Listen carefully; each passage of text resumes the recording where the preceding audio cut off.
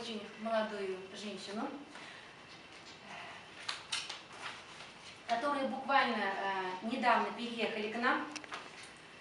И когда мы с ней познакомились, она действительно показалась нам очень лучезарной, очень чистой, очень доброй.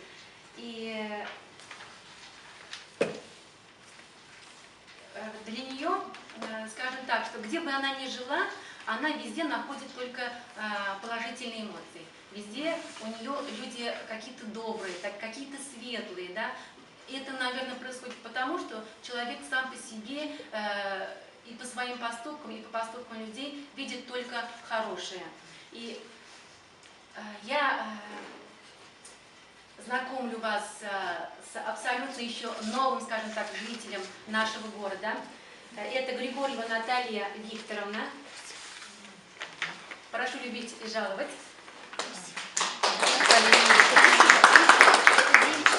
Гусева. Гусева, да, девичья. Ну, я по своим сборникам, да. Так, она очень много пишет о родном крае.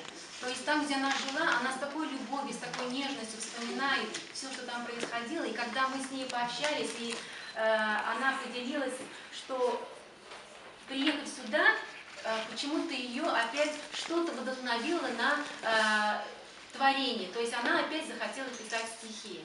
Вот немного об этом, пожалуйста, Наташа. Мы уже с тобой одногодки, поэтому я к тебе так по-простому обращаюсь. Да?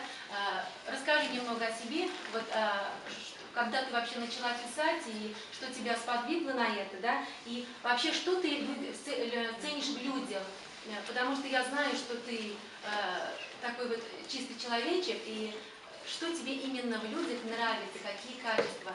Почему ты видишь именно эти качества сначала человека, а не именно те какие-то темные, скажем так, стороны человека?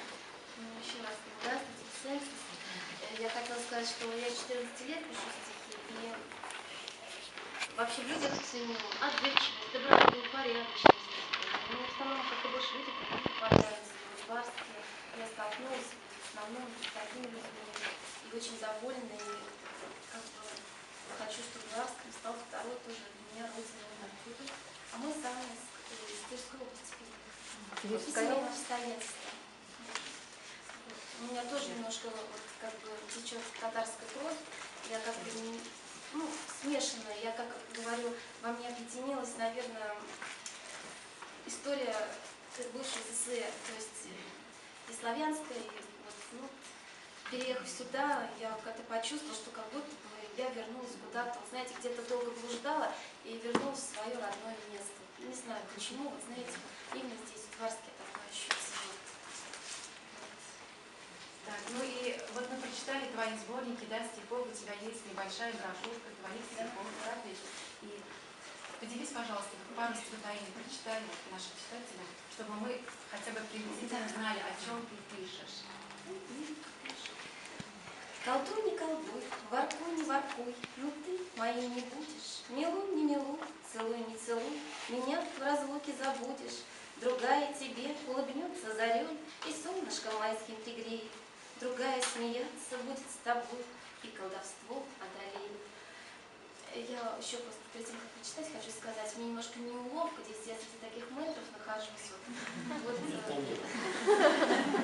Нет, я в смысле, что не поняли, да? Что, конечно, прям как даже немножко даже стесняюсь.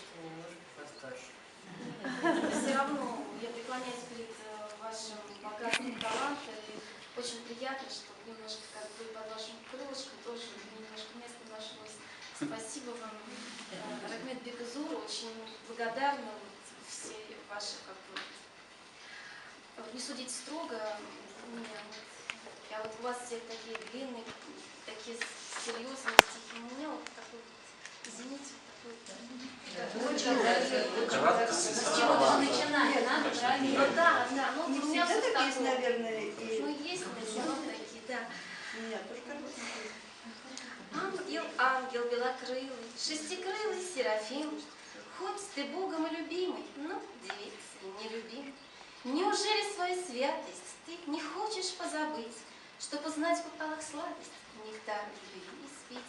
Ты не знаешь ведь, как сладко спать в объятиях мечты, когда звезды светят ярко в полуночные часы. Ангел, ангел белокрылый, шестикрылый серафим, пусть ты Богом и любим,